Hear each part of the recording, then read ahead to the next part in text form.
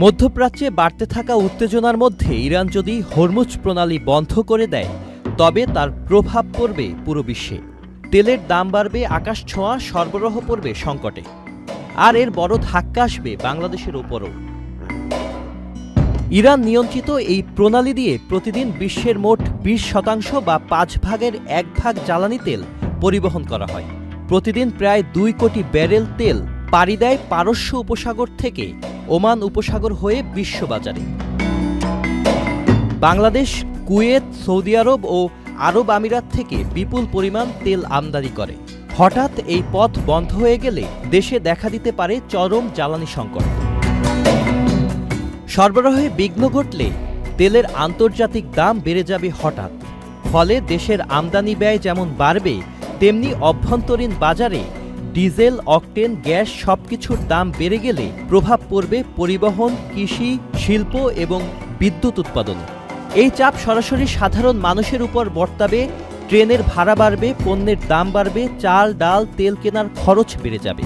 মধ্যবিত্ত ও নিম্নবিত্ত শ্রেণীর উপর এই প্রভাব হবে সবচেয়ে বেশি তীব্র। সেই সঙ্গে বাড়বে মূল্যস্ফীতি। মধ্যপ্রাচ্যে অবস্থানরত 28 লাখের বেশি বাংলাদেশি শ্রমিক পড়তে পারেন অনিশ্চয়তায়। যুদ্ধ বা অর্থনৈতিক অস্থিরতা হলে চাকরি হারানো বা আয় কমে যাওয়ার ঝুঁকি বাড়বে। ফলে কমে যেতে পারে রেমিটেন্স প্রবাহ। এছাড়াও মধ্যপ্রাচ্য হয়ে আসা খাদ্যশস্য, কাঁচামাল ও নিত্য প্রয়োজনীয় পণ্যের সরবরাহ ব্যাহত হবে।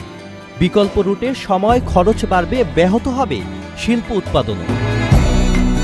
হরমুজ প্রণালী বন্ধ হলে তার প্রভাব শুধু মধ্যপ্রাচ্যেই নয়, বাংলাদেশে ছড়িয়ে পড়বে জ্বালানি থেকে শুরু করে রেমিটেন্স পর্যন্ত।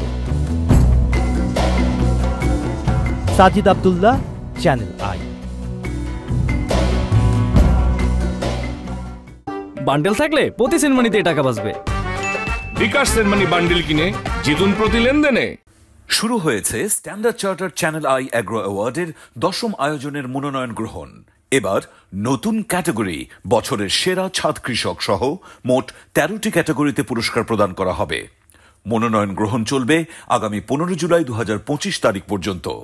বিস্তারিত জানতে ভিজিট করুন www.agroaward.com এবং ফোন করুন 018737000556 এই নম্বরে।